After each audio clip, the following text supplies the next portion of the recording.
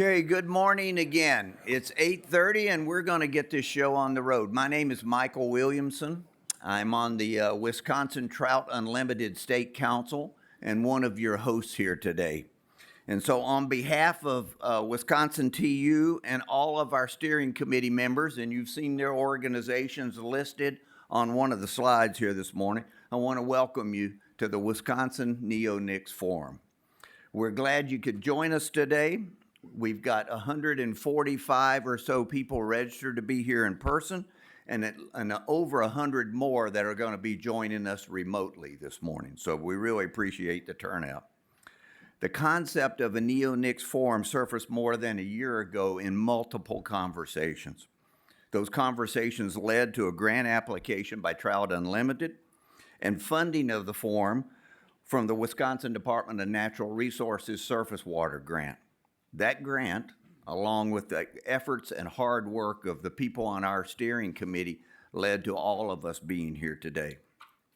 So before I go any further, I want to introduce my partner, Andy Morton. Andy retired from the Wisconsin Department of Natural Resources after a 36-year career where he worked on a variety of water quality issues across the state, and he now serves as a volunteer with Trout Unlimited and with the Black Earth Creek Watershed Association. Andy?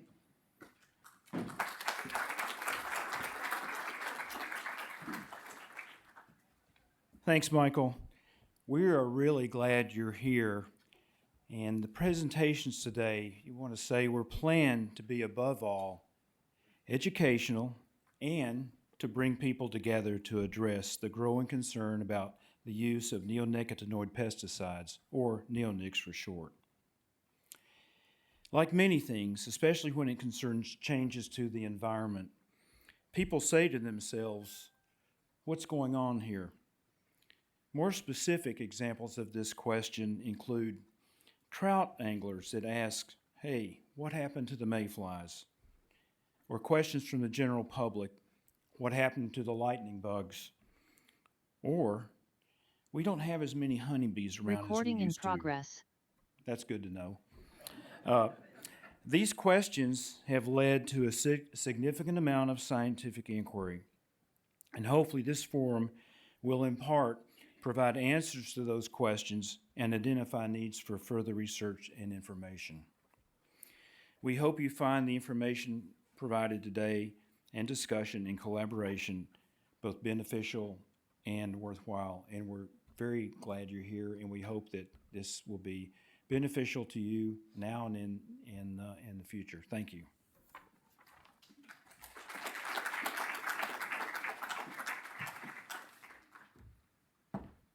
Okay, so before we jump into the program today, I got a few logistical items to cover with you. First and foremost, some very critical information. The bathrooms are directly across the hall on the other side of the reception area. We're going to have 2 breaks today, as well as lunch. All of those will be served in this annex area where we had our morning materials out there. And you're going to need a lunch ticket in order to get your food for lunch. Please note that all the sessions today are going to be recorded.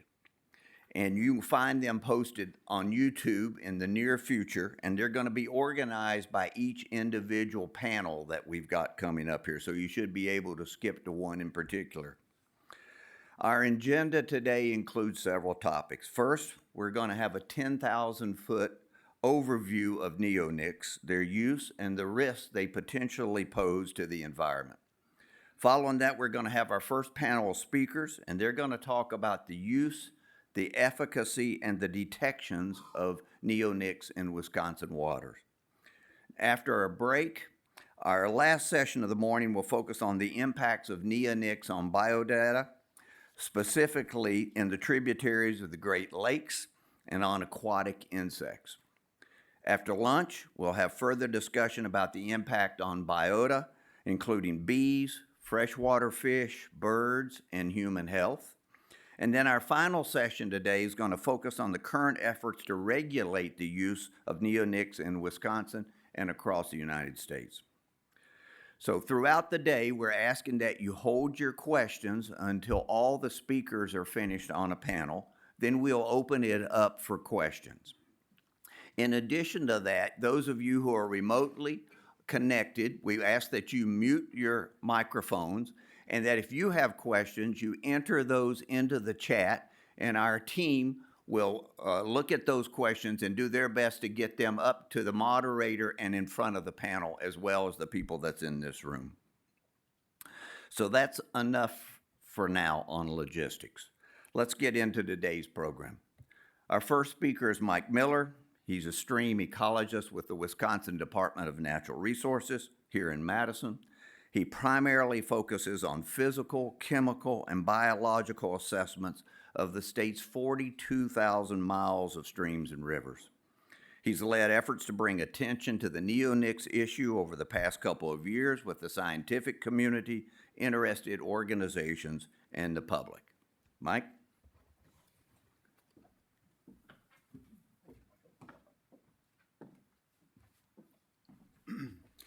Good morning, everyone.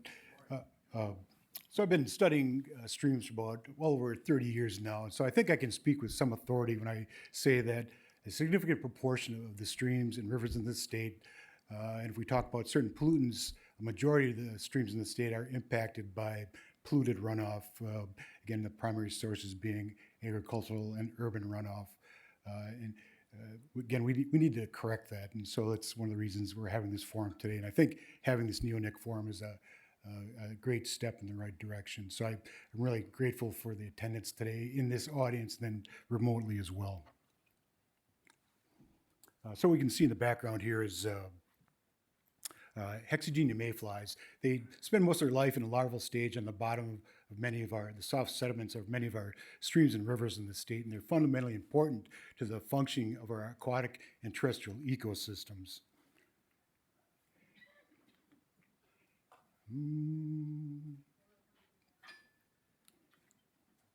Okay. Perhaps going to help with the slide advance. Next slide, please. Or not.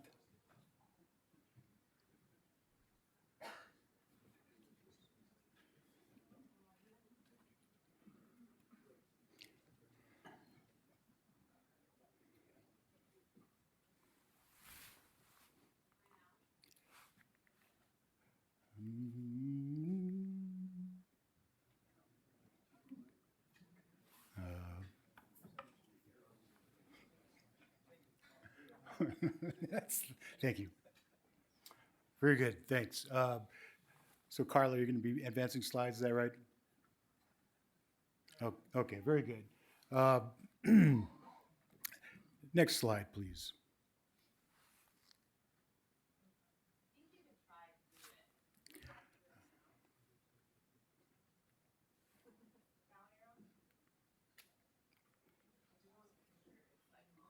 Sure.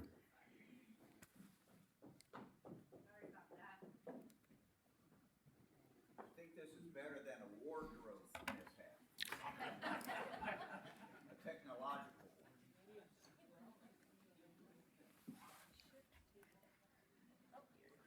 Okay. Probably have to just point it towards me. Very good. Off to a rousing start. Thank you for your patience. Point at Carla. Yeah, Carla.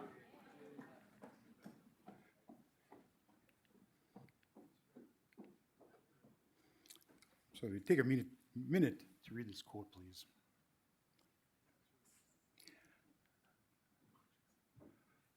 Yes. Again. So Seth Meek was a naturalist, and he spent most of his life in Iowa, but he occasionally wandered into Wisconsin and Illinois in his travels to explore the natural world of the upper Midwest. The reason I'm offering this quote is, as you can read here, well over 100 years, people are starting to make the link between human population growth, changes in land use, and the impacts we're seeing on our aquatic resources. I want to kind of offer this as a kind of backdrop to the fact that obviously the focus today is on neonicotinoid insecticides, but certainly recognize and I'm sure it's well apparent to most of you in the audience that there's a number of different environmental stressors affecting our aquatic resources, but I would offer there's very compelling evidence that neonics are having a significant impact.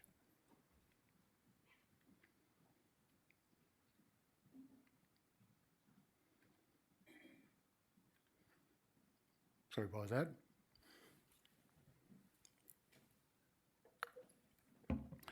So back in the bad old days, farmers, truck drivers, others would put window screening on the front of their radiators to prevent them from being plugged up with insects.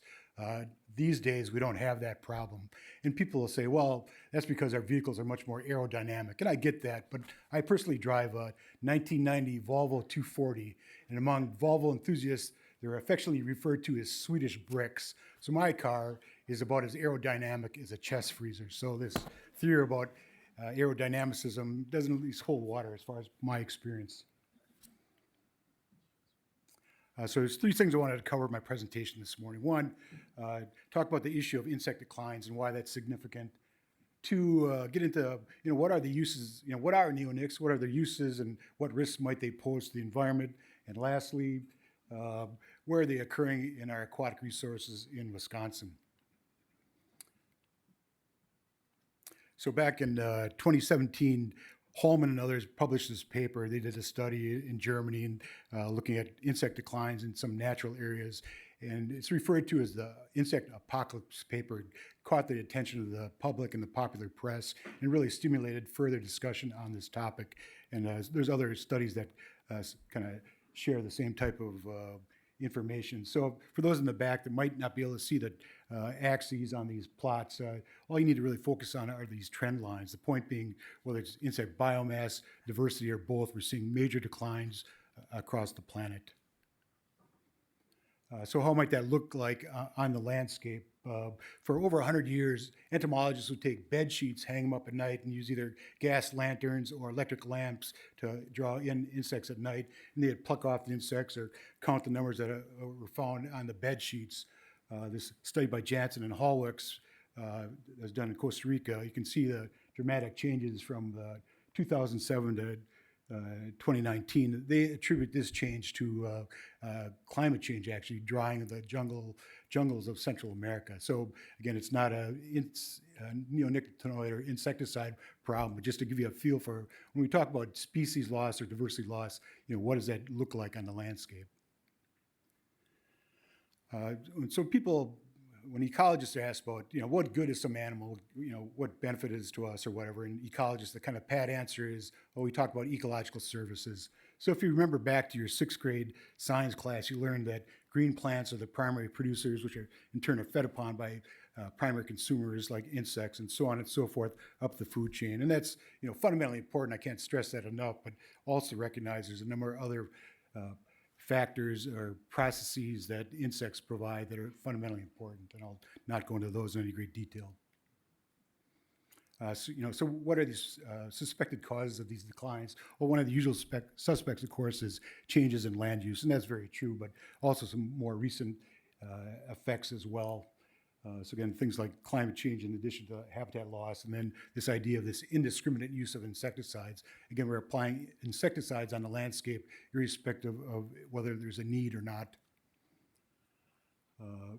So again, what are neonics, how are they used, and what impacts might they have in the environment? Sorry. So what we're seeing here is the underside of a leaf where aphids are a sucking pest. They draw the sap out of plant leaves. So as you can read here, various plant species have evolved to develop nicotine, create nicotine in the plants to ward off or kill insect pests. So neonicotinoids in essence are a synthetic version of nicotine. Now when humans ingest nicotine, whether it's a cigarette or chewing tobacco, whatever, we get nervous stimulation. Typically for an insect, it means paralysis and death. So a few key points about neonics you should be aware of. One, their exposure is additive. Again, they block the neural receptors. So if you're a mayfly, it maybe only lives for 6 months in the stream, you're going to get a certain dose of neonics. But if you're a longer-lived animal that lives in an aquatic environment, some of these insects, you get a much stronger dose. Also note that there's a number of different neonics that are used for agricultural and other purposes in the Wisconsin and the upper Midwest and globally for that matter.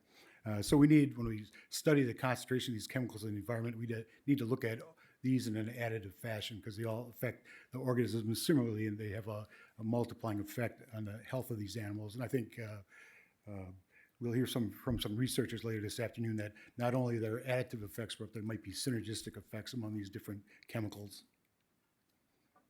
And lastly, recognize that neonics are much more toxic to invertebrate life than vertebrate life. And that's one of the reasons these chemicals were developed. They're extremely great at killing pest species, but they're equally devastating on our desirable insect populations as well. So, how are they used? By far and away, the major use of neonics is on seed applications. Again, the chemical producers, the seed manufacturers or vendors apply neonics to the seeds prior to planting. So if we perceive there's a problem here, this is probably where we need to focus our efforts on as far as improved management and regulation. And they're also used as foliar sprays, and I'll go down this list very quickly. I'll not belabor the point, but there are a number of different uses. And you can see here that hundreds of different products are licensed for use in the state of Wisconsin. So I'm going to walk you through a time series of neonic use in the United States. These chemicals first became commercially available in 1993. Imidacloprid is just one of 3 or 4 major neonics used in the United States. So again, starting in 1995, 2000, 205, 210, 2015. I think I'm seeing a trend here. So what's happening after post-2015, frankly, we don't know. The U.S. Environmental Protection Agency is the federal agency responsible for the regulation of pesticides in the United States. And in my opinion, the chemical industry has kind of exploited a loophole in some of the laws, one being this treated article clause, where if you apply insecticides to a product, it has less oversight, less tracking. And that could be the sponge on your kitchen sink that they put bactericidal chemicals on, or again, our example is treated seeds. So the reality is that nearly all of the corn seeds sold in the U.S. have neonics applied to them. So even if an ag producer does not want to use these chemicals, they're pretty hard-pressed to find a source of untreated seeds. And the same holds true for soybeans. This number is increasing upwards above 60%. And so the ag producers, they kind of see this as, if they use neonics applied to seeds, they kind of one less thing they have to worry about during the cropping season. To plant the seeds, the insecticides are on the seed, and fungicides and herbicides. So that's one less thing they have to worry about during the growing season. And they often see this as an insurance policy where, yeah, maybe these chemicals don't cost a tremendous amount to the ag producers, but they have a tremendous environmental cost that we're not recognizing. Historically, large numbers of ag producers would follow what's called integrated pest management, and I'll offer some of those tenets right now. Where again, they'd rotate crops so you would not see a buildup of crop-specific pests in the fields. Again, they had monitor for pests, and again, if there was no pest outbreaks, obviously they would not apply these chemicals on the landscape. And again, if they did see an outbreak, they'd then only treat when it is evident that there's going to be a financial loss to their crop production if they didn't control the pest species. They'd also avoid broad spectrum pesticides. Again, neonics are tremendously toxic to pest species, but again, it's a broad spectrum insecticide that impacts a variety of our beneficial insects as well. And lastly, they'd avoid using persistent chemicals. Neonics are extremely persistent in the environment. Some interesting studies done at UW-Madison and elsewhere, but the take-home message here for this particular slide is there's all sorts of chemicals being applied to these seeds prior to planting, and frankly, many ag producers have little understanding of what's on their seeds. They just get information from their crop advisors or perhaps commercial television on these various seed vendors, from various seed vendors. And so much of the reporting that had been done on uses of these chemicals were self-reporting by farmers or ag producers. And if they don't know what's on their seeds, it's very difficult for them to offer an accurate assessment of what's being applied in the fields. So some physical properties of neonics that I think are important. They're water soluble. And so one of the selling points of neonics are that, okay, if we apply it to the seeds, it's going to be taken up by the germinating plant and get distributed through the roots, stem, and the leaves and the fruiting bodies. But also, since they're water soluble, that also makes them extremely mobile in the environment. Once they move off that crop seed, once they move off the crop field, they very, very readily can show up in groundwater and our surface waters. Again, have very long half-lives. Again, in soil, they can persist for decades. So we see buildups over time when there's replete applications of neonics in our crop fields. To me, a very interesting, several studies that were done showing that the vast majority of these chemicals are not taken up by the plants, and so they actually end up in the environment, elsewhere in the environment. Sort of what are some of the risks of these chemicals?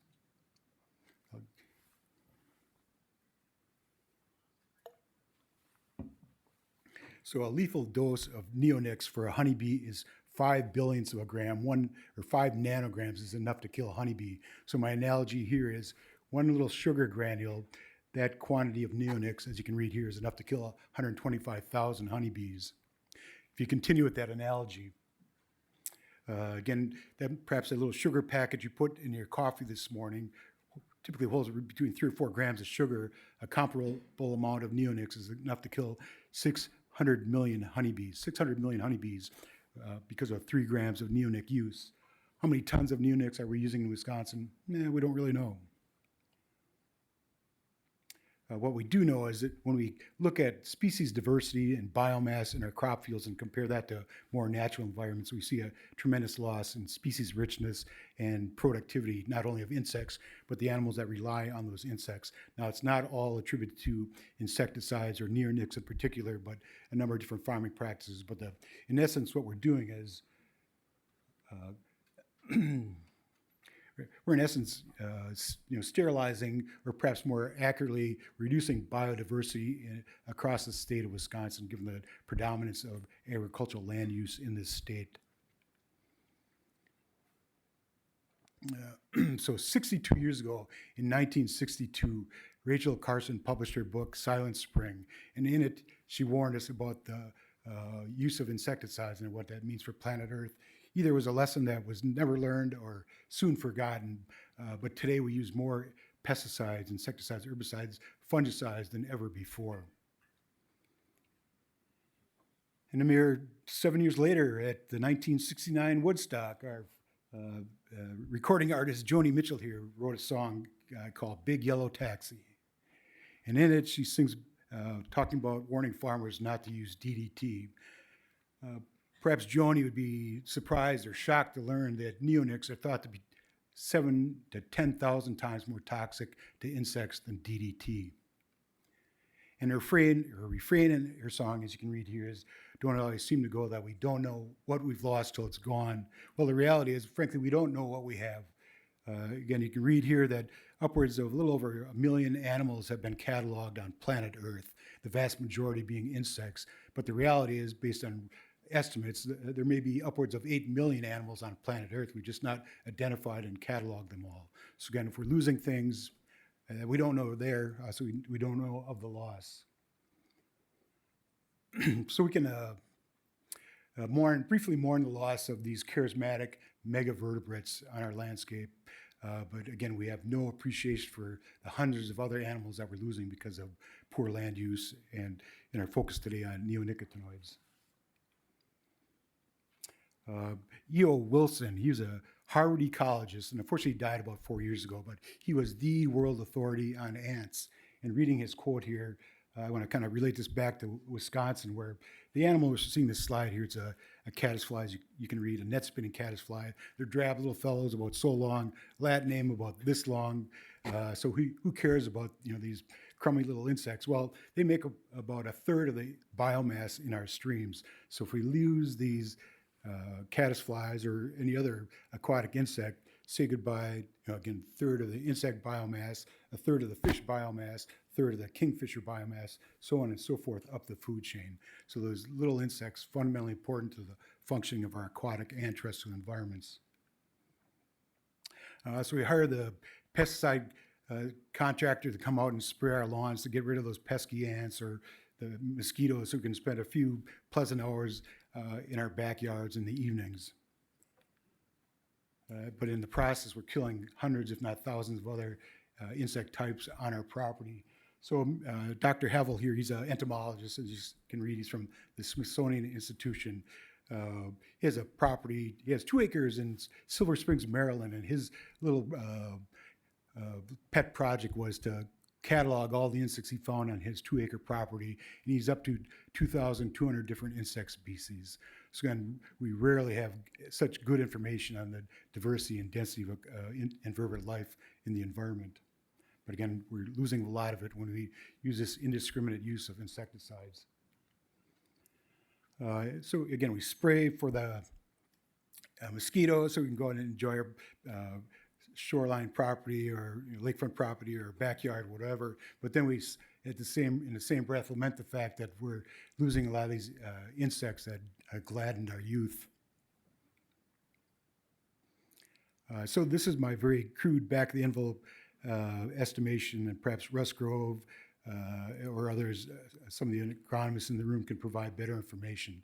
But again, I realize in Wisconsin is probably about $100 billion ag industry each year, so maybe $60 million is kind of a minor cost here. But if ag producers are always talking about the razor-thin margins they're working on, so we need to be kind of intelligent or clear about what are the true benefits of using these chemicals. And I think we're going to hear some evidence this afternoon that perhaps they're not as beneficial as one would like to think. So who are some of the beneficiaries in all this? Historically, Syngenta was a Swiss company now bought out by a Chinese National Chemical Corporation, or Bayer Crop Products.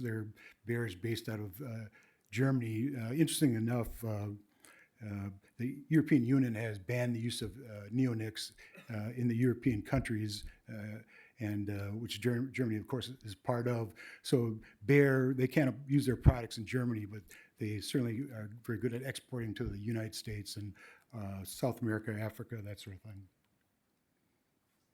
It's big business, so I suspect they're not going to relinquish their profits anytime soon. So again, any efforts to control these chemicals is going to be met with major pushback from the chemical producers. And so these 4 major producers, not only do they take up the market share of these chemicals, but also you can see they're starting to corner the market. And now they're getting to the point where they're buying up seed vendors to ensure that their chemicals are applied to the crop seeds that are sold in the U.S. and elsewhere. So I would offer there's a disparity between the use of these chemicals and our assessment and management of these chemicals.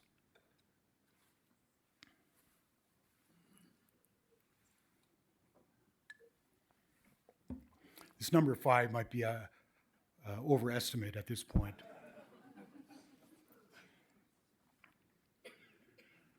So I'm going to talk very briefly, and I know Shawn Giblin's going to speak in more detail this afternoon on this topic, but I just want to give you a flavor for kind of what we're seeing in Wisconsin streams as far as neonics and other pesticides. So back in 2022, we did a random sample of 100 different stream sites across the state. Again, talking, northern Wisconsin, agricultural areas, urban areas, forested areas. Again, a random draw from the entire state of Wisconsin, and I believe it is a fairly statistically robust effort. And so just some brief summaries, and I think Shawn will get into details this afternoon. But again, at these random sites, the laboratory detected 135 different pesticides or transformation products in our streams and rivers in the water column. And again, there are a mix of fungicides, herbicides, insecticides. Again, at any one site, the minimum number we found at any one stream site was 9 different pesticides or breakdown products. And again, a maximum at one river site, 91 different agricultural products were detected in a single river. And you can read here, on average, these sites had 28 different compounds. And again, I believe this random sample is very representative of the state of Wisconsin. So to me, that's kind of startling information or kind of disquieting information. And lastly, over 50% of the sites had detectable concentrations of neonics. And I think some of the speakers this afternoon are going to provide some clarity here, but for what we did in this 2022 study was we collected water samples, and we split the samples. We sent one sample to a university lab, and they looked for the neonics, and they're listed those top three at the top of this graphic. And I sent the other samples split to an EPA lab, and they analyzed for 378 different compounds. But what I'm showing here in this list, on the bottom list, are these other compounds that were showing up in our water samples. So again, herbicides, insecticides, and fungicides. Those three chemicals that are underlined, that are in green, again, are herbicide, allichlor, acetochlor, and metolachlor. Those three compounds were found at every stream site that we sampled in the state, again, including those forested northern sites as well. So that perhaps suggests atmospheric deposition of these chemicals throughout the state. I should have probably started my presentation with a slide, but if we took all the streams in the state of Wisconsin, straighten them out, the perennial streams, straighten them out and line them up end to end, we could encompass planet Earth 1.7 times. So when I say, well, yeah, we're seeing acute concentrations of neonics in 7% of our stream miles in the state, is that a big deal or not? I'll let you be the judge. But when I talk about acute concentrations, again, it's concentrations of neonics that have been shown in laboratory settings to result in mortality of the invertebrate life. And when I talk about chronic concentrations, it's effects like changes in metabolism or growth or fecundity, those types of impacts. So making the distinction between acute concentrations, higher concentrations, and chronic concentrations. So just kind of just summarizing what I presented this morning. You can read as well as I can.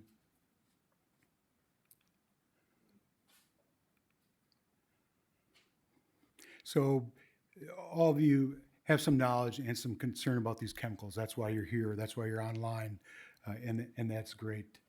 But if you feel like we need to do something about this, I'd offer that look around the room, talk to people at lunch and at the breaks, and see how we can collectively work on this issue.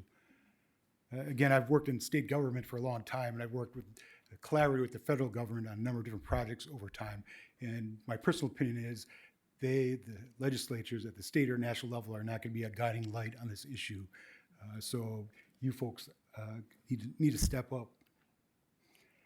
And so with that, I'll offer a quote from Margaret Mead. She's an anthropologist and philosopher.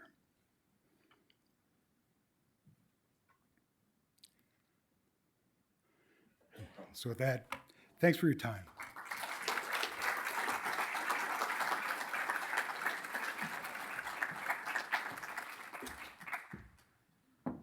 We have to agree that's a pretty good overview to get us started. Thank you so much, Mike. I really appreciate it.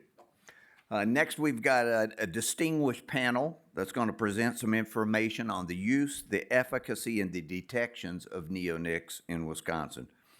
I'm going to introduce all three of the speakers. I'm going to call the first one up and have them speak, then to call the second and the third, and then I'm going to have them all three come and sit in these hot seats over here to my left, and then they're going to field some questions from you.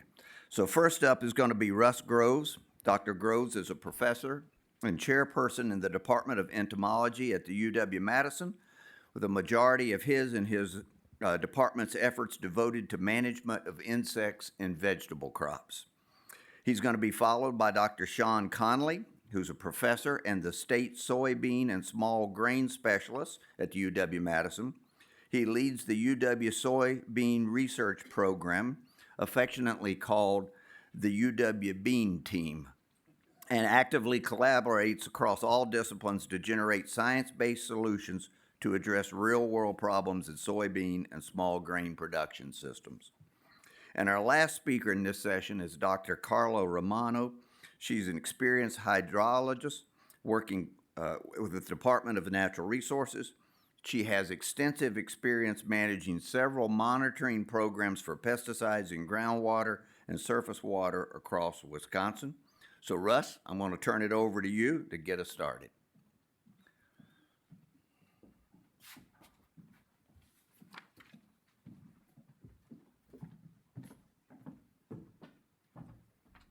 Thanks a bunch. First thing I better do.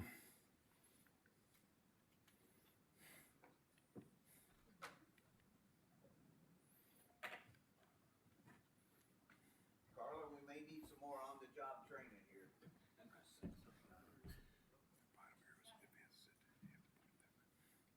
No, yes, sir. Got a little bit of a delay. All right. Thanks a bunch. Thanks to the organizers. I really appreciate the invite. Just as a brief introduction, I'm an entomologist. I'm also the chair of the department, and I'm an extension and research entomologist. My extension appointment is as vegetable entomologist for UW. So, and that'll kind of help you understand why I've pitched my presentation a little bit in the area of specialty crops. I want to give a shout out to my colleagues. Probably should put Carla up there as well, because Carla was very helpful with this project. But I want to shout out Ben Bradford, who's at UW, Megan is at UW, but also David Hart, Mike Parson, and Billy Fitzpatrick, Geologic and Natural History Survey. These folks have been really important in this study.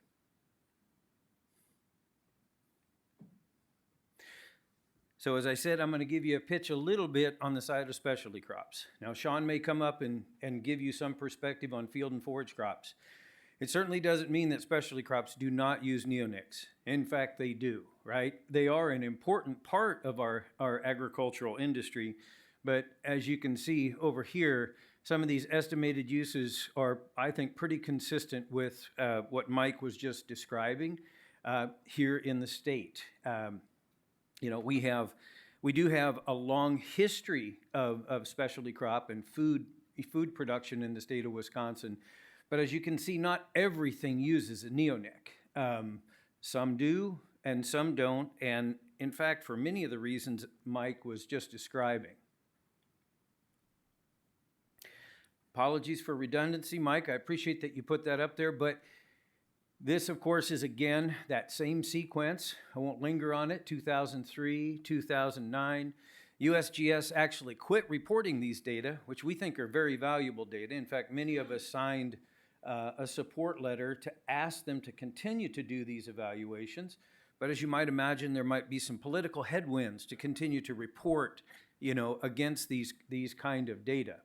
And I don't mean to pick on, but if you use the cropland data layer estimates, you can see that the vast majority of those uses here are corn and to some extent soybean uses. Basically, small seeded crops constitute the majority of that use. This was really how I began. This goes back to around 2010 when I started with, when I had been with UW about 5 years, and it was actually the Department of Ag that started to do some initial detections. What we were trying to think about were ways to stabilize the neonics.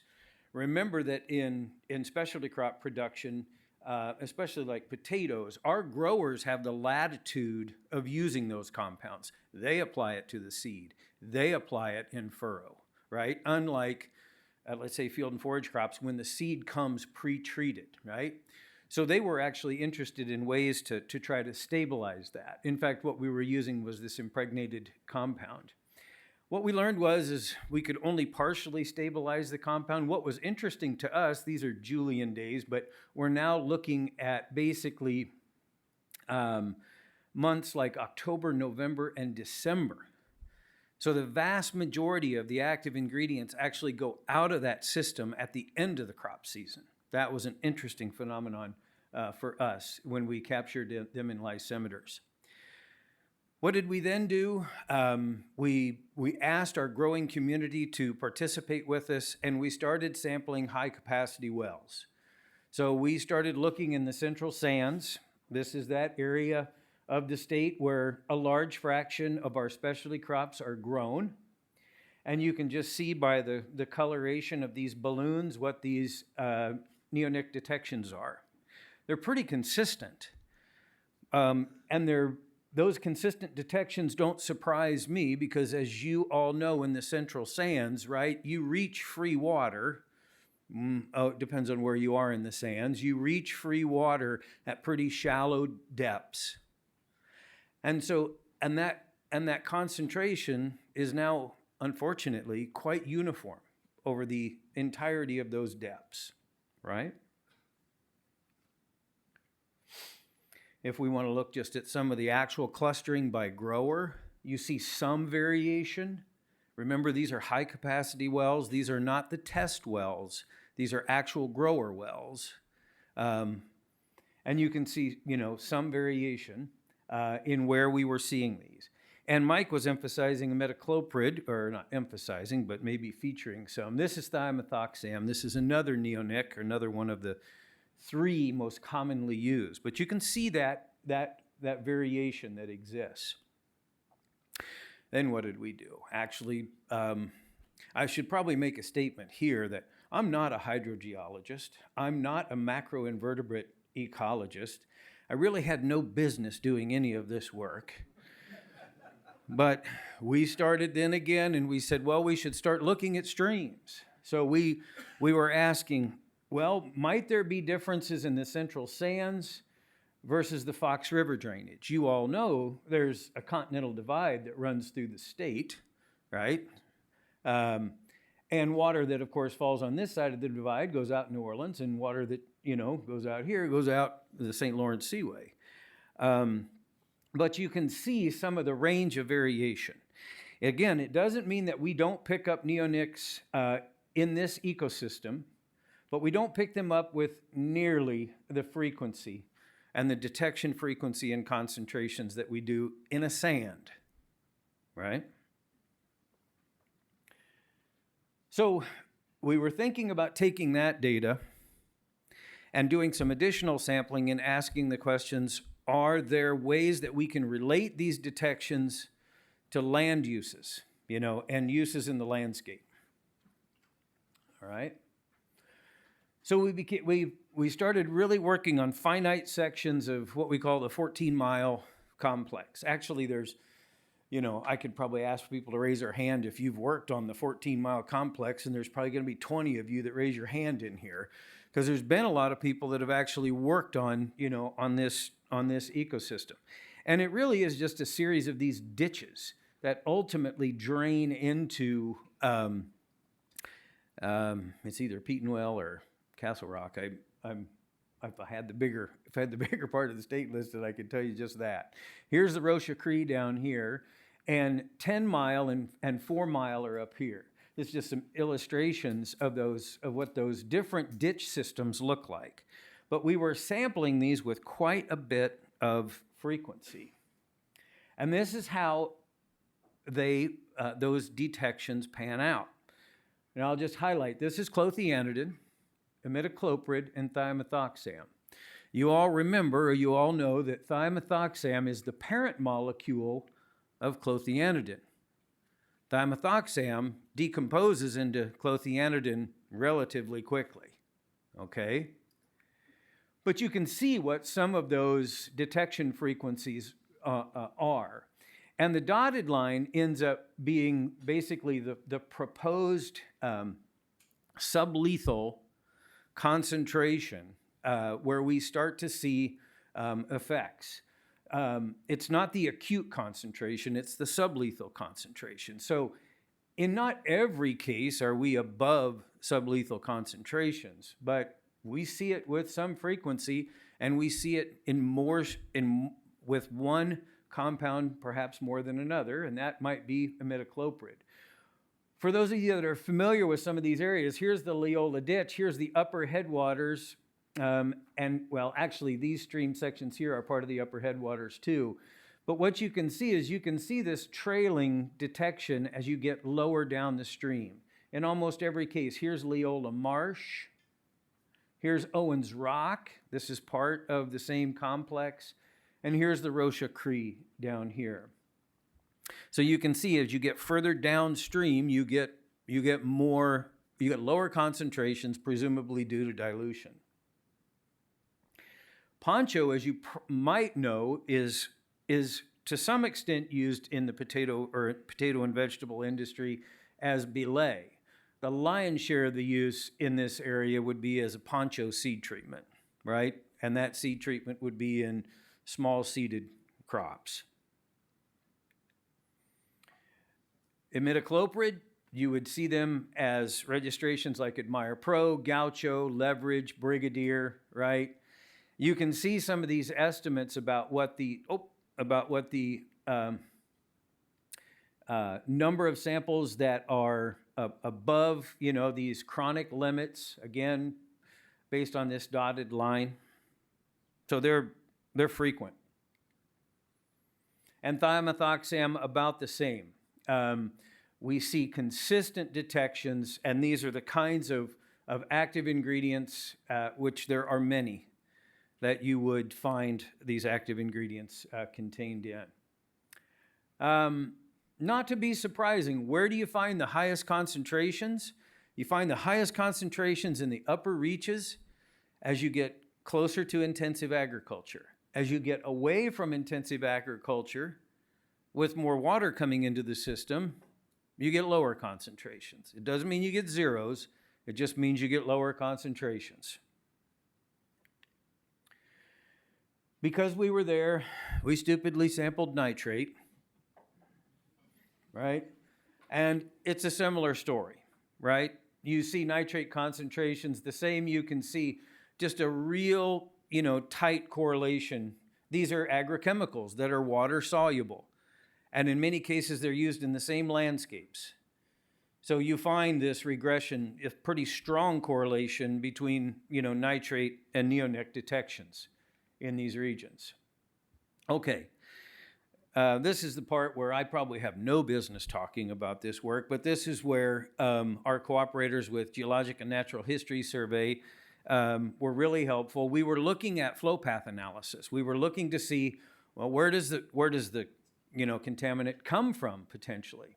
So in all of these streams, what we did was we linked the time frame over which a solute would move below ground in water, and looked at that time frame using the Vistus package and ModFlow, and projected that out 1 year away from the stream, 2 year, 5, 10, and 20. That's what those colors mean. And that's the entirety of the ditch network in the sands, and that, of course, is the Meekan, White, and Montello rivers on the Fox side, right? And so then what we did was, at all of these points where we were, giving the story away, at all of these points where we were doing these samples, we are linking these different detections with the land use that overlies these areas, right? And so, but you do have to know that in different parts of the ecosystem, like way up high, these streams are gaining. They're gaining from the groundwater. When you start to get lower or beyond, a lot of these streams become losing streams. These streams start to give water away, if you will, into the local landscape, right? And for all you hydrogeologists, I hope you would agree with me, but that's what we were observing. This, in fact, might be part of the reason why we would see lower concentrations. When we then link the overlying land use with those different time frames and again, the distance away from a point or a stream, you'll see that there's really only about one land use that has any relationship with neonic concentrations. I mean, there's nothing surprising about this, right? Cultivated crops. I mean, relationship to woody wetlands, emergent, herbaceous wetlands. This all comes from the National Land Cover Database, right? You just don't see the relationship, right? Other than cultivated crops. What do we do? Well, part of the solution, I think, is at hand.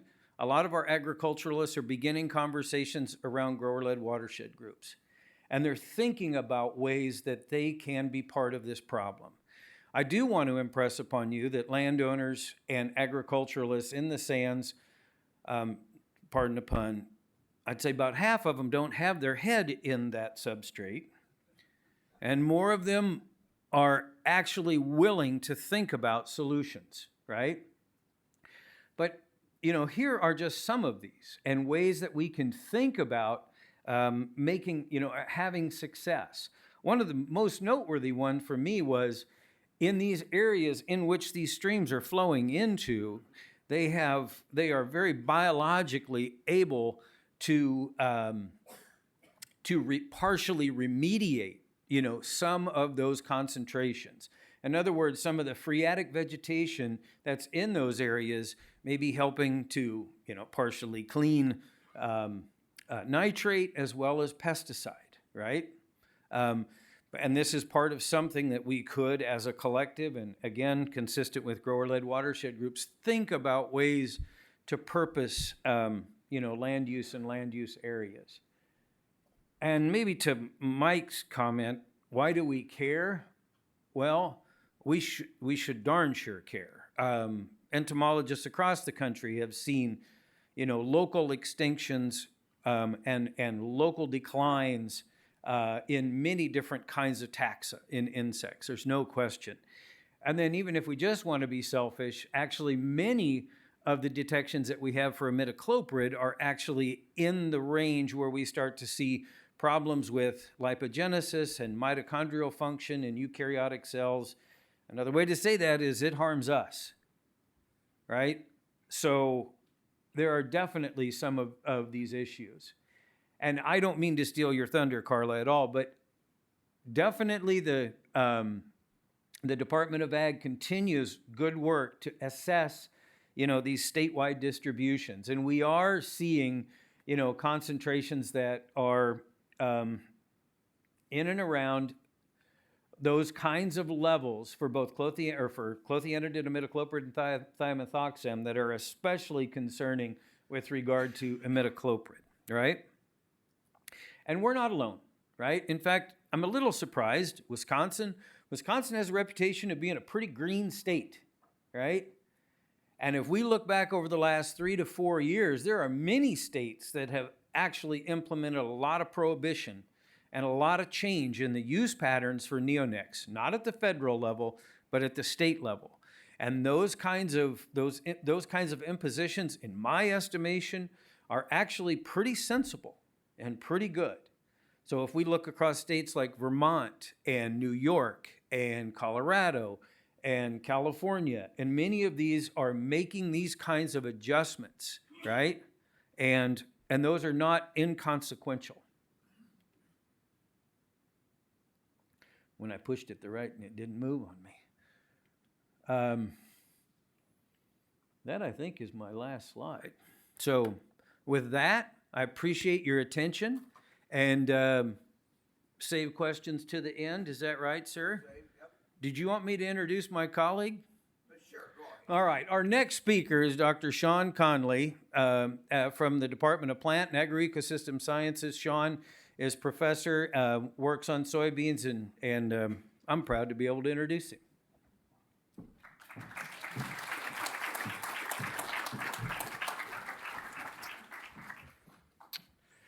All right, well, good morning, everyone. Again, my name is Shawn Conley. I'm the state soybean and small grain specialist here at UW-Madison.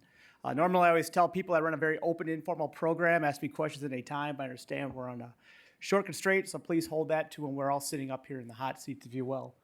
One of the points I really want to make is that I tell this to every group I speak in front of. About anywhere from 60 to 80% of my funding on an annual basis comes directly from farmers. Through Wisconsin, there's a checkoff program in soybean that funds research. So I'm always speaking from the context of the farmer perspective. That's who I'm here to support, and that is who I'm here to work with. So I always like to say that and give credit to the Wisconsin Soybean Marketing Board for funding my research.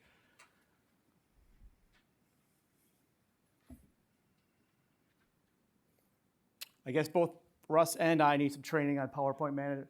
Can you just go next slide, please? I'll just say that. All right, so today I'm going to be speaking from this context. Russ did a great job speaking from the context of vegetable crop production systems. I'm going to be speaking mainly from corn and soybean production systems. Mainly because, as you see, and Russ showed this in one of his slides, and this is a slide from 2023, last year's NASS Service Cropland data layer that talks about how much soybean and corn is planted across the United States. Roughly, there's going to be anywhere from 180 to 200 million acres of corn and soybean planted across the country on a given year, just depending on commodity prices. If you look at neonicotinoid usage in these crops, conservatively speaking, 95 to 98% of all corn acres have a neonicotinoid seed treatment applied to them. Growers do not have a choice. They come pre-applied on that seed and delivered, okay? On the soybean side of things, it's a little hard to really get a handle on this because a lot of this data is not publicly available. From my best guess, working with farmers and industry, and I know there's some crop consultants here that can correct me if I'm wrong, but we're looking roughly at about 60 to 70% of all soybean seeds are treated with something. Most of those are full seed treatment loads that would have a neonicotinoid seed treatment applied to them. So I would say roughly, to be conservative, 40 to 50% of all soybean seeds have a neonicotinoid applied to them. So you just do the numbers, 95 million acres of corn, 98% of them are treated.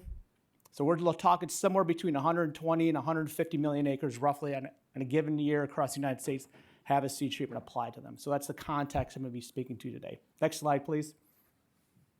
All right. So the question is always, there's a lot of academics here. There's a lot of DATCP industry people. There's crop consultants who could probably speak to this slide more than I can. So the main question is, why do farmers use it? All right.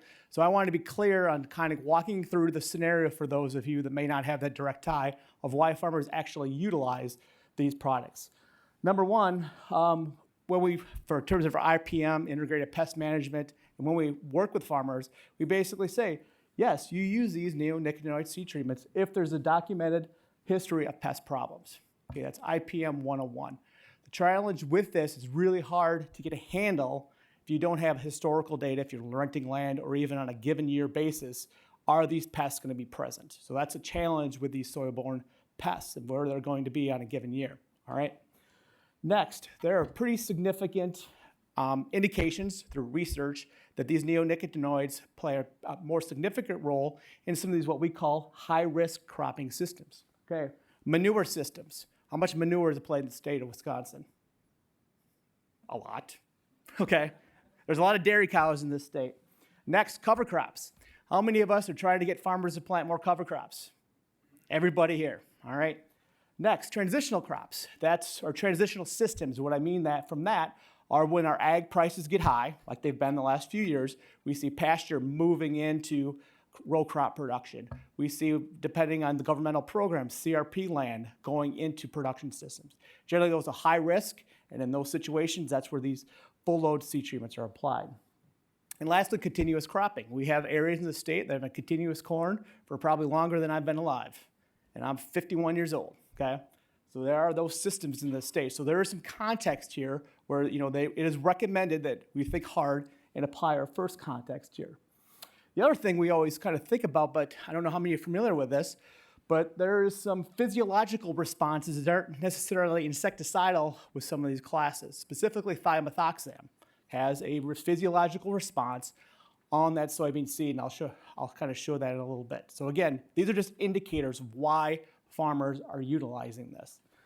Last thing, and probably the most forward in farmers' mind, is risk mitigation, okay? Most farmers, speaking in generality here, are very risk adverse, okay? Labor shortages are occurring, they're renting, they're taking on more land, there's less, eyeballs to get across their acres, so they're implementing this as a risk mitigation strategy. Part of that is industry replant decisions. If you buy seed from a company, most companies will provide a replant not rebate, but they will pay for you to replant your crop if you use a full seed treatment load, which would, in this case, would have a neonicotinoid. So again, farmers are going out there, we have these wet springs, we're seeing climate change occurring, farmers are like, I don't want to risk this, it's very expensive. A bag of corn seed right now, a farm gate price is $350 to $400. That plants, 1.5 acres? So it's a huge price investment in corn. On soybean seed, we're talking anywhere from, I'd say, farm gate price would be $65 to $80.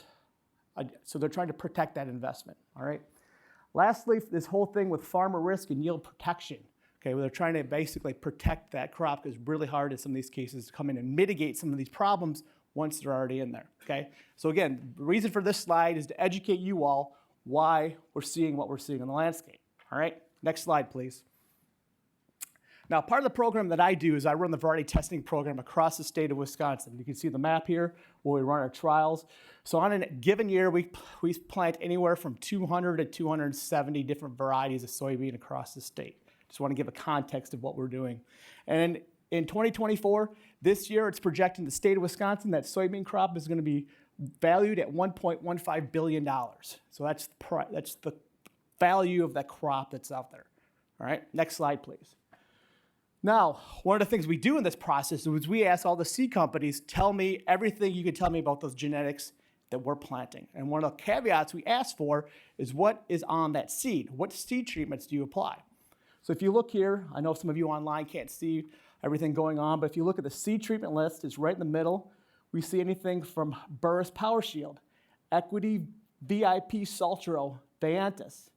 At the bottom, Eclipse US Trio. So if you're a farmer, you're reading that, what do you think is on that seed? No one has a clue, okay? Unless you do digging. Next slide, please. So my colleagues here, the plant pathology department, Damon Smith, and in the NPM program in UW Extension has kind of built a sheet called What's on Your Seed. So it's a resource we supply to growers, maybe every year, every other year to try and go through. So if you look here, clothianidin, which is one of the neonicotinoids, it is labeled on, that's some of the trade names that we see, Lumisher, Nipsit, Poncho, Poncho XC. We go down to imidacloprid, those are all of the different seed treatments that imidacloprid is in. Let's say Resonate. If you were a farmer and you had a seed bag tag and you looked at it and like, oh, what's your seed treated? The first thing they're gonna say, I don't know. Secondly, oh, it's got Resonate on it. Well, what's in Resonate? What do you think they're gonna say? I don't know. Okay, so that's part of the problem, is right here, is this labeling type of an issue. And then obviously we have thiamethoxam at the back, bottom cruiser. Next slide, please. So one of the unique things that I've been able to do with some of our work is that we've been able to directly work with farmers and get on-farm data from across the north central region. So each one of these spots here is data that we've collected, yield data, production data from across the north central region. So we've got roughly over 8,000 farm fields and over 600,000 acres of data. So we have this huge database that we can kind of explore and look at how some of these different management practices influence soybean yield. Next slide, please. Now, if you look at the top, you'll see sowing date, which is planting date, okay? So what we've seen over time is that planting date is a huge role in soybean production systems, not just in Wisconsin, but across the whole north central region. So basically what I'm going out and telling farmers is you need to plant early, okay? Generally, the earlier you plant, the more pest problems we have related, okay? Specifically on the fungicidal side of things, but that plant is slowly growing, it's not metabolizing it very well, and it makes it more susceptible to pathogenic and insect pests. Okay, so I'm basically telling farmers, get out there and plant early, all right? Next slide, please. And we see here across the Midwest, that's anywhere from 2 to 3 extra bushels per acre per week. So that ends up in a huge hurry. So we're kind of saying, farmers, you got to do this. If you want to increase profitability, maximize yield, you need to go out there and plant early. Next slide, please. Our work has led to, in terms of crop insurance, having basically the crop insurance agency, RMA, move our planting dates. So we've basically moved from April 26th in the southern part of the state back to April 15th. So we're basically telling farmers, you have coverage from the risk management agency that if you do have replant issues due to the environmental conditions, you can get insurance money back to cover that. Okay, so we're seeing that. So again, we have some coverage there. Next slide, please. Now, back to that whole question about risk mitigation and planting early. Okay, our recommendation for some farmers is to plant a bag an acre. Okay, that's 140,000 seeds on a per acre basis on most landscapes in the state of Wisconsin. All right. Depending on what company you're in, there's a lot of caveats there, but it's roughly 140,000 seeds. If you look at our long-term data here, we see that a farmer can lose roughly, so 140,000 is our planting rate. They can have a stand at the end of the season at 78,000 and have almost 100% of their yield. So basically, farmers are already overseeding their seeds. So the kind of a caveat that we're saying here is that we don't necessarily need a seed treatment to protect that seed, because the physiology of that soybean plant is already based so that it can overcome almost half of a stand reduction and still have almost 100% yield. You look at this, so we're at 50,000 and we're at 95% of our yield goal. The point I'm making here is that we don't necessarily need that as a risk mitigation strategy. We're already actually overplanting, okay? So that's not really a reason to be using a seed treatment. And in general, again, there's a lot of variability, a lot of ranges out there, but you're anywhere gaining, let's say 8 to 20% increase in stand using a seed treatment, all right? So again, you're well above this threshold where you're gonna get a yield loss from using naked or untreated seed. Okay, so that's one point here about the whole idea of risk. Next slide, please. Now, one thing we did measure is this whole idea, this phenomenon of a plant physiological response. Now, Syngenta has labeled it as the vigor effect. I think it's patented, trademarked, you name it, it's out there. And I at first didn't believe it, but I'm like, well, I'm a scientist. I'm not gonna say anything until we go out there. And what we found is yes, in these early planting situations, which I'm recommending farmers do, actually I'm telling farmers plant your soybeans before your corn, okay, which is unheard of. That's like blasphemy out there in the landscape. But we're seeing in these early planted situations, we are seeing a physiological response from thiamethoxam that those plants are getting more SIPAR, more photosynthetic capacity, and they're getting more leaf area out there. So if you go out there and you plant an untreated check across that field, and you're planting something, in this case with thiamethoxam, you are visually gonna see a difference, okay? And farmers are like, look at that, okay? That looks better. And again, this is psychological, farmers see that, but the question is, does that necessarily lead at the end of the season into yield? We'll kind of talk about there shortly. Next slide, please. Okay, so do you all know what a flip-flopper is? We should all be familiar with that with the political season we're in right now, okay? So I always tell people I am the biggest flip-flopper there is in agriculture. So when I first started here, I was telling every single farmer, go out and use a neonicotinoid seed treatment. We were seeing pretty significant and consistent responses in Wisconsin. However, I work, what's the Wisconsin idea? Work within our borders and beyond, correct? So I started looking at this, and I worked with colleagues from across the country, and you'll see most of this is focused in the north central soybean region, which produces roughly 82% of all US soybean production. So I said, all right, all my colleagues, give me any data you may have with seed treatments, okay? And it's a lot easier to get untreated soybean seed than corn seed. You see, I'm not talking a lot about corn seed up here. There for a long time, and I know this is videotaped and I might have some grouchy emails coming in at me later, that's fine. I'm used to those by now. It was very difficult to get untreated corn seed, like literally impossible. So there's not a lot of corn yield data on that, okay? So now we were able, much easier to get it from soybean side. So we tested this across this region. We had about almost a little over 11,000 plots that were able to characterize this data. And if you want to read this paper, this kind of gives away what I'm going to talk about here. The title of this paper is Neonicotinoid Seed Treatments of Soybean Provide Negligible Benefits to U.S. Farmers. So that's, if you want to follow, got 5 minutes, but you're giving me a high five. Okay, next slide, please. So yes, what we found here, looking at our untreated control, our fungicide seed treatment, of which is FST, and then we have the middle one, which is fungicide seed treatment plus a neonicotinoid seed treatment, is A. Statistically, yes, we are getting larger yields. It is giving us a yield benefit across this entire country.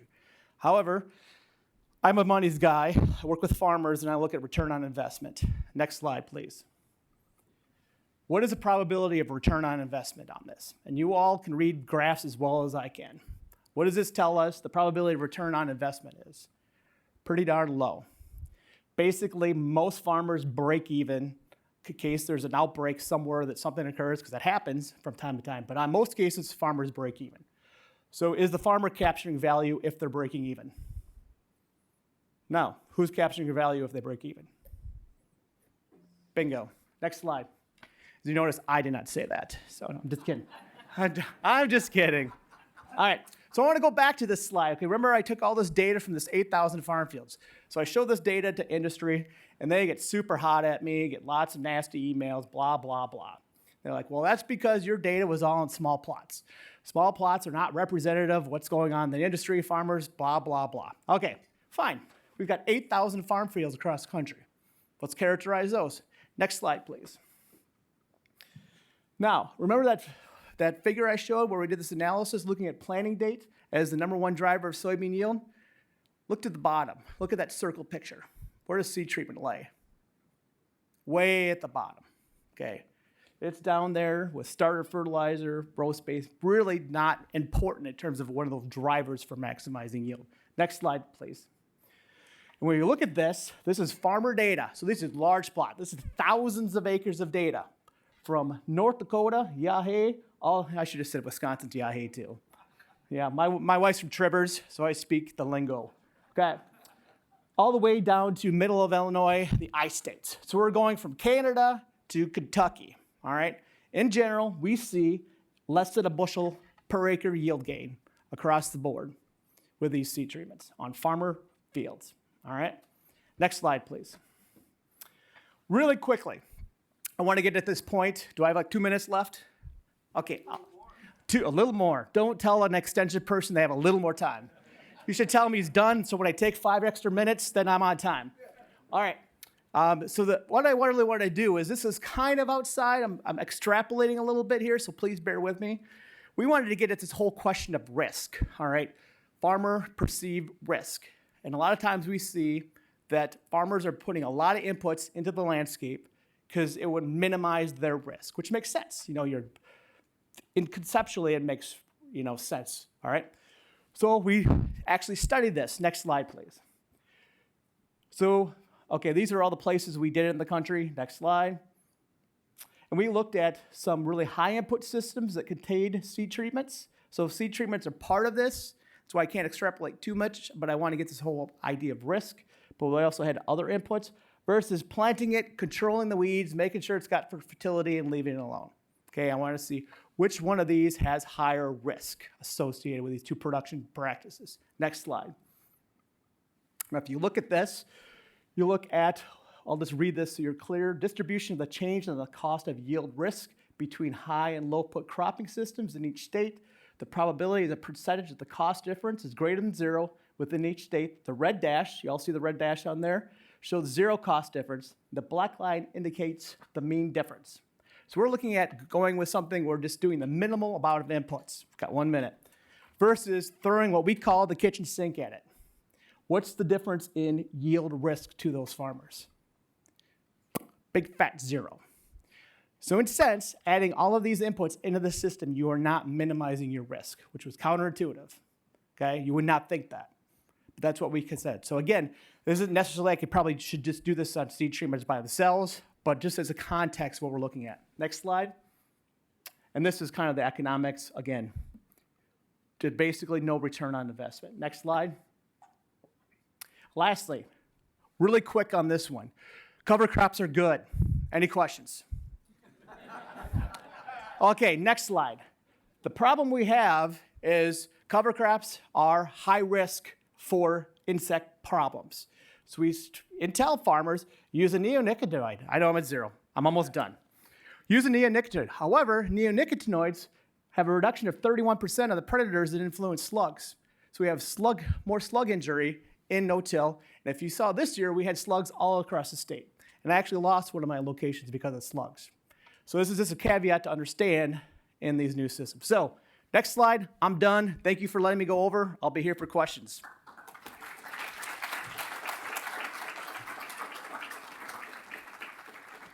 I don't know the next speaker, so I'll let you address it.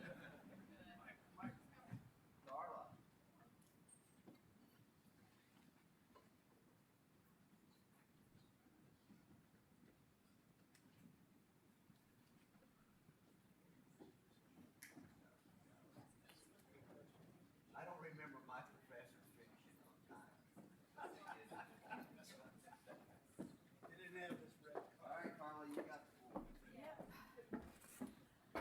All right, good morning, everybody. Thank you for having me. My name is Carla Romano. I am currently the Groundwater Section Manager at the Department of Natural Resources, but up to a month ago, I was a hydrogeologist at the Wisconsin Department of Agriculture, Trade and Consumer Protection, or DATCP. And today, I'm kind of going to give you a summary of like the sampling and the detection of neonicotinoids across Wisconsin, together with my former colleague, hydrogeologist Ken Potrykus from DATCP. Oh yeah, I got lucky. Just to kind of give you an overview about what DATCP does, there are several monitoring programs that DATCP carries out every year or every kind of like 5 to 10 years in some cases. And the primary goals are two. One is to determine which pesticides are found in the environment. And the second goal is to determine whether the concentration at which we find certain pesticides exceed groundwater or surface water benchmarks. So there are several monitoring programs which can be kind of split in two main categories, so groundwater and surface water. For groundwater, we collect samples, water samples from monitoring wells at the edge of agricultural fields. We collect also samples from private potable wells with both a bias and a random sampling approach. And we also collect water samples from surface waters across Wisconsin, usually selecting between 10 to 20 stations per year and sampling those stations monthly from March through December. So we heard that these chemicals, neonicotinoids, were registered between the early 90s, early 2000. However, DATCP started testing for these compounds back in 2008, studying with thiamethoxam, and then progressively added more and more pesticides, including additional 5 neonicotinoids. And nowadays, the Bureau Laboratory Service, so DATCP Lab, actually tests for 112 pesticides in total, including 6 neonicotinoids and also nitrate.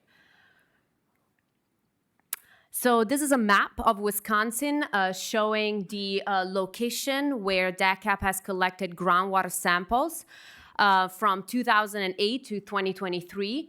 A total of 1,690 monitoring or private potable wells were tested at least once for 1 or more neonicotinoids, and a total of 3,486 groundwater samples were collected in that time frame. So things look a little different for surface water. This is again a map of Wisconsin showing the surface water location. So a total of 64 surface water sampling stations were tested at least once for 1 or more neonic between 2008 and 2023. And a total of 1,081 surface water samples were collected. So in this case, we have a lot of samples related to stations, but again, that is because we test usually each station monthly from March through December, and some of these stations have been part of the program for over a decade, so to kind of capture sometimes the long-term trends. So let's just dive into the results. Where do we detect these chemicals in surface water and groundwater? So we're going to start with groundwater here. And so this is a map of the state with the gray dots. You have all the wells where we have not detected the neonicotinoids. And in blue, with the blue triangles, instead, we have a map showing where we have detected 1 or more neonicotinoids between 2008 and 2023.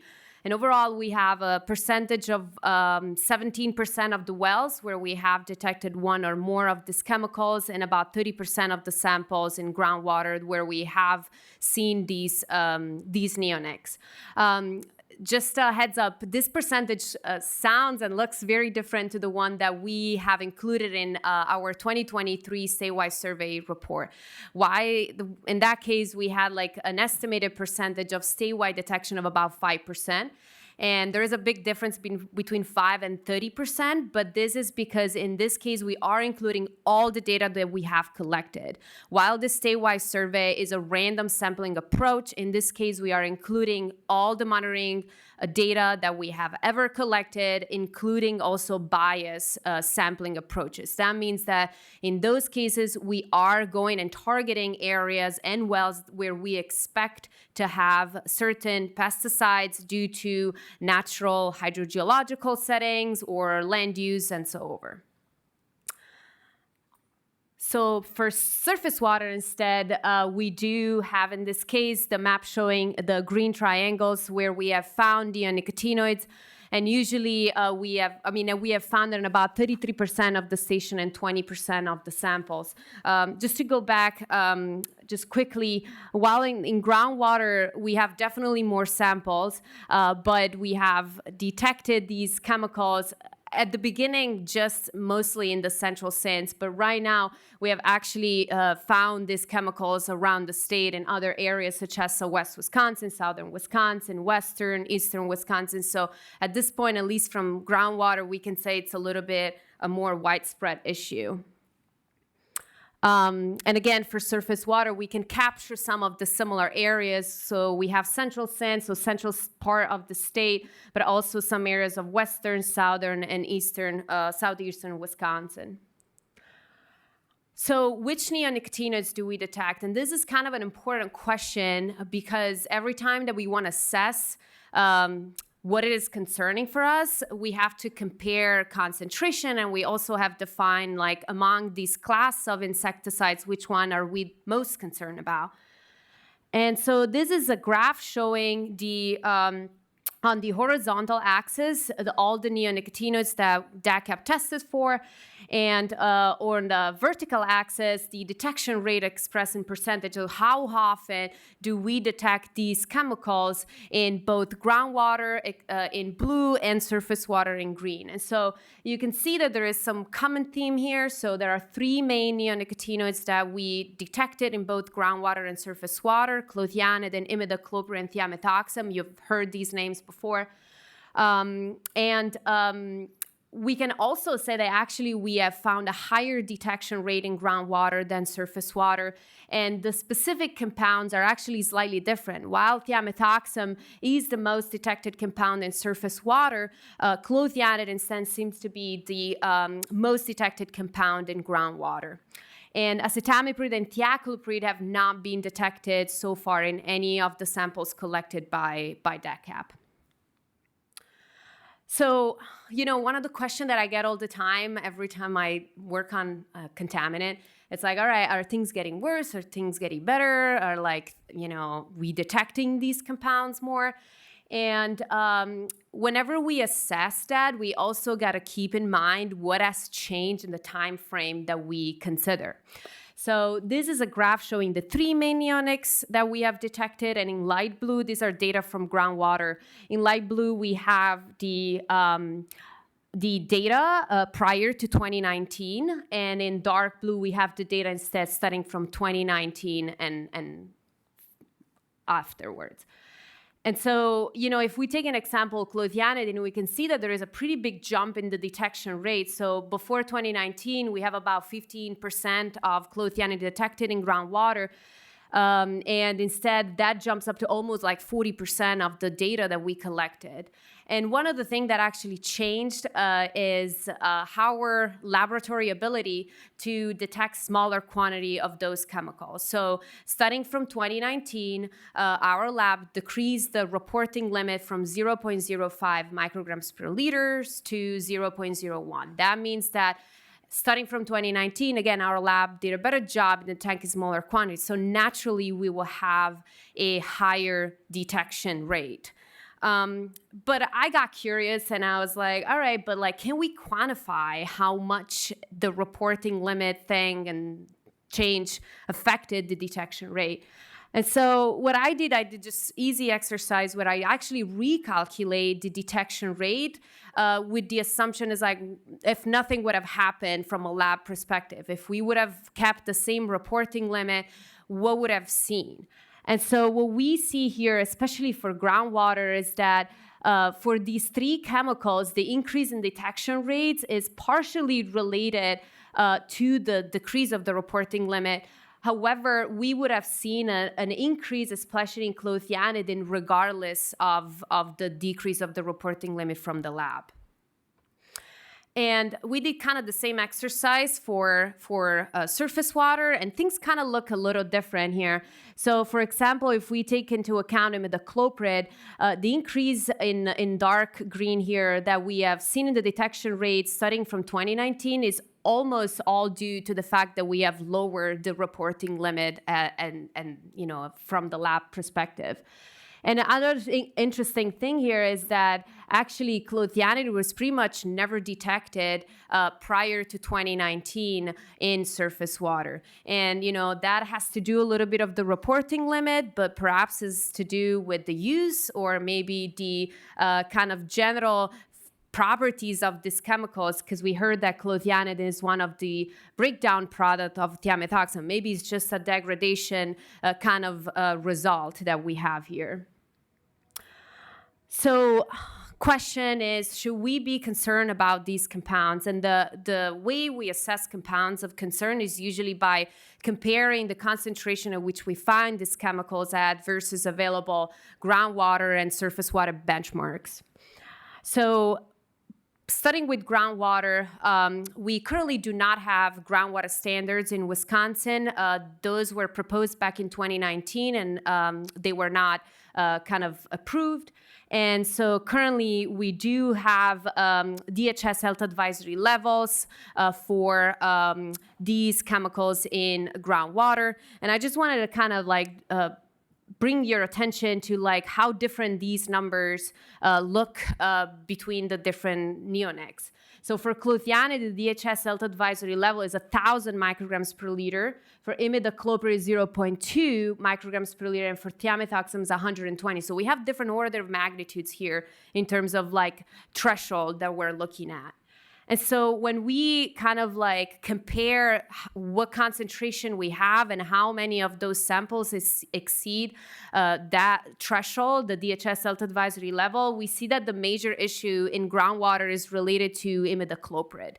And so we found that about 9% of the groundwater samples that we collected exceeded the imidacloprid DHS health advisory level of 0.2 micrograms per liter. And so far, we have not found any exceedances for clothianidin and thiamethoxam. And so this is a map of showing where we actually found those exceedances of imidacloprid, primarily central sands, but also areas of the lower Wisconsin River Valley, southeast Dane County, and also some areas of the western of the state. For surface water as well, we do not have standards at the state level. So we do refer to EPA aquatic life benchmarks, which are categorized in two main groups, acute and chronic benchmarks. And in this case, we are looking at freshwater invertebrates and freshwater vertebrates. And what we see here that primarily we have concern over two of these compounds, so clothianidin and imidacloprid. Both we have found them in exceedances, exceeding the EPA aquatic life benchmarks, chronic aquatic life benchmark for freshwater invertebrates. Where do we find these exceedances? They're mostly located for both in the central sands, but also in area of southeast Wisconsin, and for imidacloprid here on the right, also in some areas of southwest Wisconsin.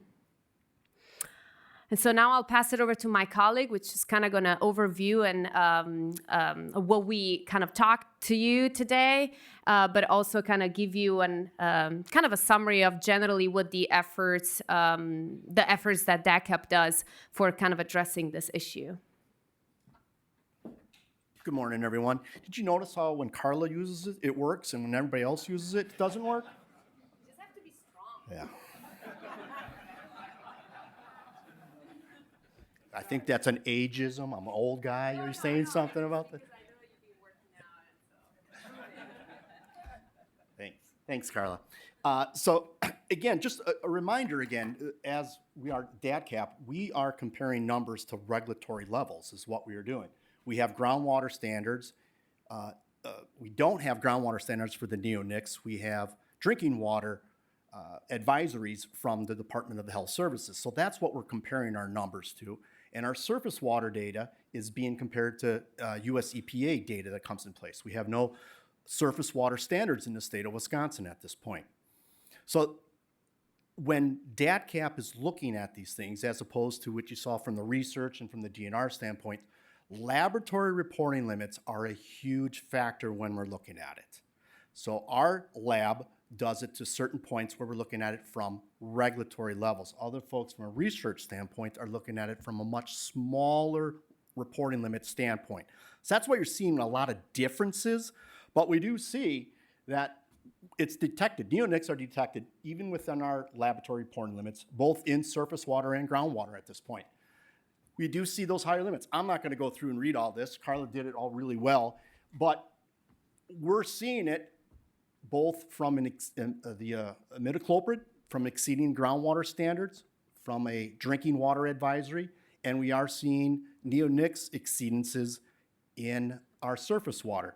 And from Carla, she doesn't even know that we continue to do groundwater standards. We have just got done some studies back, and we've been seeing imidacloprid exceedances for drinking water standards in Brown County now. So it continues to expand as we're seeing more of this information. Down. So what has DATCP done from this perspective is, Mike brought it up. We had 5 people doing it. Now in DATCP, Carla left me. I got one other person, Sam, in the back, so there's 2, plus our lab. So, and we're very limited from regards from resources. So what DATCP does is to help supplement the work we've done. $500,000 over the last 5 years, we've gone and provided to research to help us with these types of things. We continue to do our sampling within our programs. We ramp those up as much as we possibly can. So one of the things is that what we do is all of our reports now, we do annual reports. They are available on the DATCP website, so we can provide that information so anybody can get access to that. And all of our data, our hard data, is available through the EPA portal. So you can get this type of information that's out there and available. We need more resources and more research to be done for these types of things to find out what the true risks are and what are, how far spread these things are. So that's DATCP. Done. You're ahead of time. Well, I'm not an extension person. They talk a lot. He wants your 90 seconds. I can understand. That gives us more time for questions.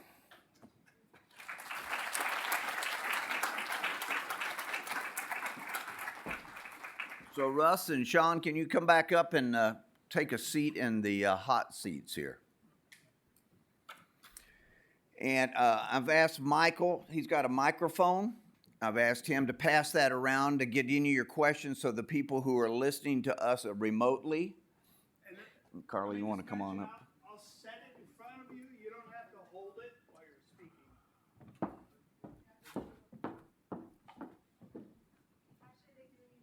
Yeah, you need to hold it pretty close, Michael. Oh. So, no, that's just for you to keep it from rolling around on the desk. I don't know what I'm doing. That's all right. We're just-in-time training is what we're working on here. Please hold the microphone. Okay, all right, so questions. Who's got a question for the group this morning? All right, Michael, over here.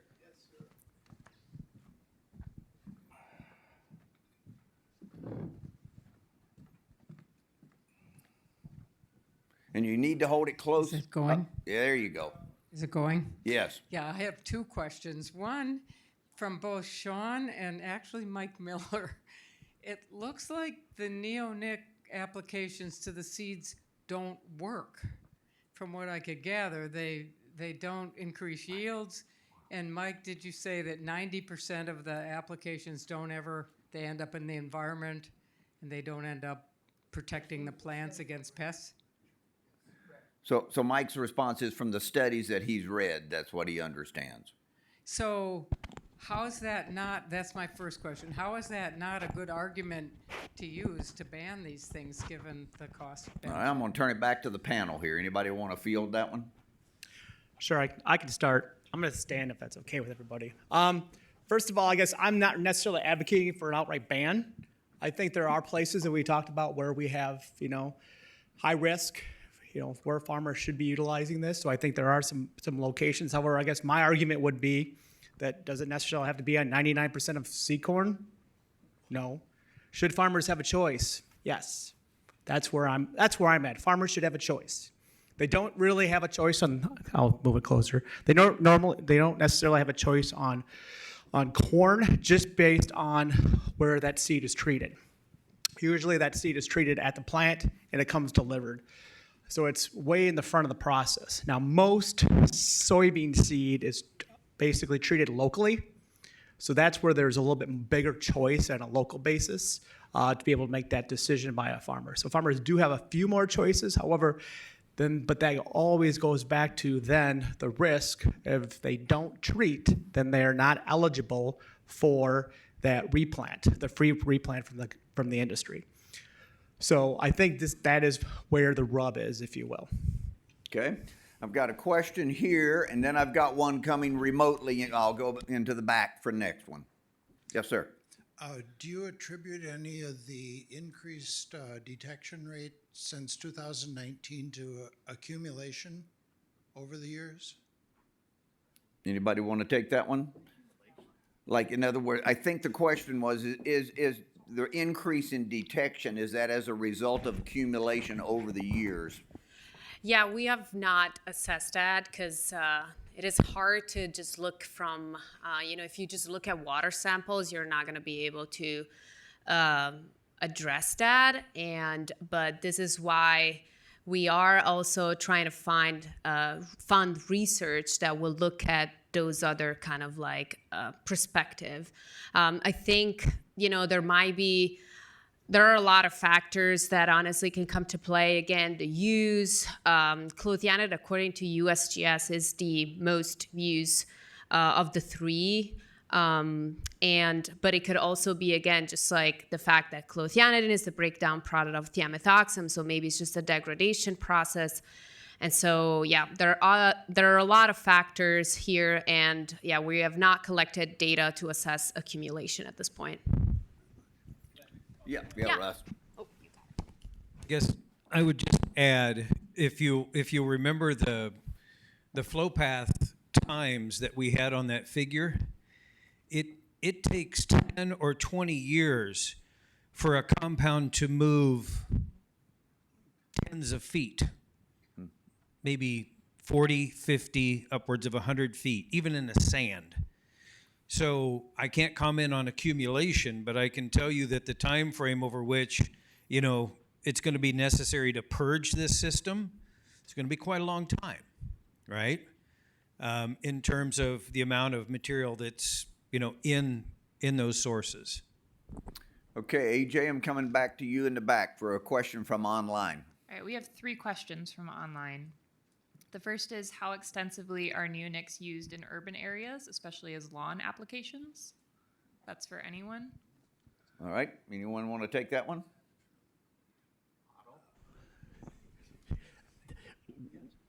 Yep, go ahead. We do not, the DATCP does not have the ability to track that type of information to figure out how much in regards to pounds. We do know it's being used out there because it's being certified by users for those folks, but we don't know the actual volume of material that's being used in that type of a landscape. Can the average consumer buy some of these products in your garden centers? Yes. Yes. So they can. It's not just a commercial application. All right, second question. This one is for Carla. If high concentrations of nitrates or pesticides are found in private wells, is anything offered to the owner to mitigate the contamination in the way of information or treatment systems? Okay. Okay, good. So every time that DATCP collects the water samples from a private potable well, usually we would send a letter with the results and also the information that we have available and the resources that we have available. So that spans from just flyers that would explain you like what is the risk of drinking water that exceed a certain benchmark, and those are, DHS does a really good job in getting those out. And then in terms of resources, they kind of change over time. Up to like a year ago, there was the ARPA compensation grant that people could apply for getting either a new well or support for drilling a new well or a treatment system. Right now, those funds are done, and so we are back to the statutory well comp. And so if people qualify, they can definitely apply for those, aids and financial aids for solving these issues. And generally, we also send back information on what treatment they can install whenever they have an exceedance of pesticides or nitrate. And yeah, we have, we keep an open communication generally with the owners. So we had people getting back to us specifically about what treatment system, and so we coordinate with the SPS to just kind of expand those informations whenever are required. Okay. All right, we have one more back there. One more, and part of that is if people do have their private drinking water that are contaminated with those, one of their best source of resources is their local county health department. They have a lot of opportunities to help with continued testing on your drinking water, and they may have avenues for financing with part of treatment on it. So contact your local county health department also with that question. Okay. All right, I've got, yes, Michael? If we're done with online, Paul Hyman's got the next one. Okay, all right, I got, Paul will be I've got one more online back here. Yeah. And then we'll go to Paul, and then I saw a hand back there. So the one online is for anyone. We have mostly phased out organophosphates from agriculture, but we were able to switch to this new neonic technology. What would be the best alternative or alternatives if we were to try and phase out neonics? They're both all Everybody looking looks at past me. each other. I mean, if we do go back to 1996 Food Quality Protection Act, FQPA, which was a major amendment to FIFRA, we were trying to get past organophosphates and carbamates. And with the data that we had at the time, the neonics looked good. But that was with the data that we had at the time, right? So, research and science moves us forward. Do we have alternatives? I won't speak to your commodities, but I suppose I could. We sure do. We sure do have alternatives. These are, these tools are inexpensive. We have figured out easy ways to use them. And as you've heard, there are ways or manners in which they become just commonplace in our management. But there are alternatives that exist now. Okay. Paul, you're up. He almost answered my question, to tell you the truth. Do you guys look at any a protective standard for neonics? Right now they're being applied in a certain way, and it says they're not working all that well. But if we would lessen the standard, I'm thinking of in terms of policy or lobbying for things, they're going to come back and say, well, you got to protect them with something. Well, how about we use a tenth of the amount we're using? Or has that been looked at? What I just heard you say is use something different. Well, I would argue to use something different because if we start lowering rates, we end up moving into an area where we have more rapid evolution, and we have rapid evolution for resistance. So if you were wanting to use far lower rates to have the ultimate consequence of having lower environmental concentrations, you're gonna risk driving resistance in a whole host of different crops, agronomic crops, specialty crops in those places that it's used. So yes, I would say alternatives. Can I take a moment to grandstand a little? We moved into the grandstanding section of our program. So, I would also just offer this, and you can all condemn me. We've had some amazing alternatives since around the late 80s and 90s for managing pests in specialty crops, right? But we've still used pesticides. So I would ask this audience, why are some of those alternatives not being considered? And some of those alternatives I might offer are interesting new genetic solutions, both event-based agriculture, RNA interference, CRISPR technologies. There are some really amazing solutions. Science literacy is a challenge, right? And having people understand these technologies and being able to understand risks. But we have not used these. We have tabled these technologies. All right, we got time for one more question and go back here in the back. I'd like to know how successful the neonic ban in Europe has been, and if there is a neonic ban in Canada. Now, we have a panel coming up later this afternoon that's going to talk about regulation and banning, but either any of you want to address that? All right, somebody else. I saw another hand. We'll come back to you, though. I promise you, before the day is over, we're going to get to that. Okay, who we got over here? Yes, ma'am.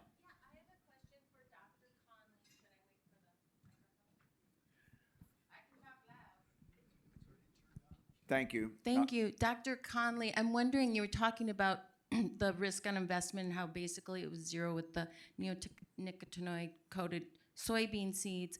I wonder if you've looked at all at the soil degradation and impact on farmers and the cost of farmers as it relates to neonics, whether it's corn or soybean or any of those crops. Yeah, that's a good question. So I'm not really an environmental fate person. I do know, like my colleague Christian Krupke, and I'm pretty sure that's where you're citing that 90% value from his paper. He's done a lot of that work, basically showing on the corn side of things, 90% of the neonicotinoids that are applied to that seed go somewhere. And it's not in the plant or into an insect. So I think that's part of it. I think one of the things that make neonicotinoids an effective pesticide is that it's water soluble and it's readily moved through that plant and moved through the soil profile. What makes it a challenge for us is that it's water solubility. You know, it moves into either streams or lakes or groundwater. So I guess in terms of the environmental fate, and I can't think off the top of my head, maybe Russ knows what the LD50, like what's that on neonicotinoids? Yeah, okay. So it varies. So yes, there is some of that work, but it's not, to the best of my knowledge, that's all I know.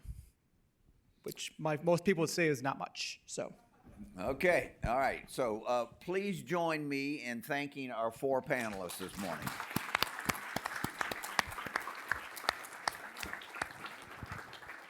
I'm sorry? Yep, I get them. Thank you.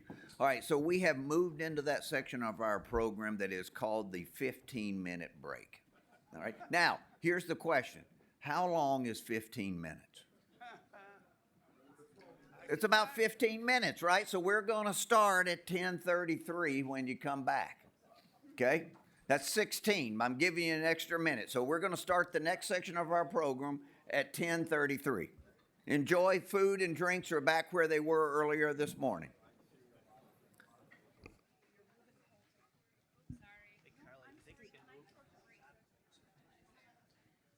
When you have a moment, I just have a question. Shall I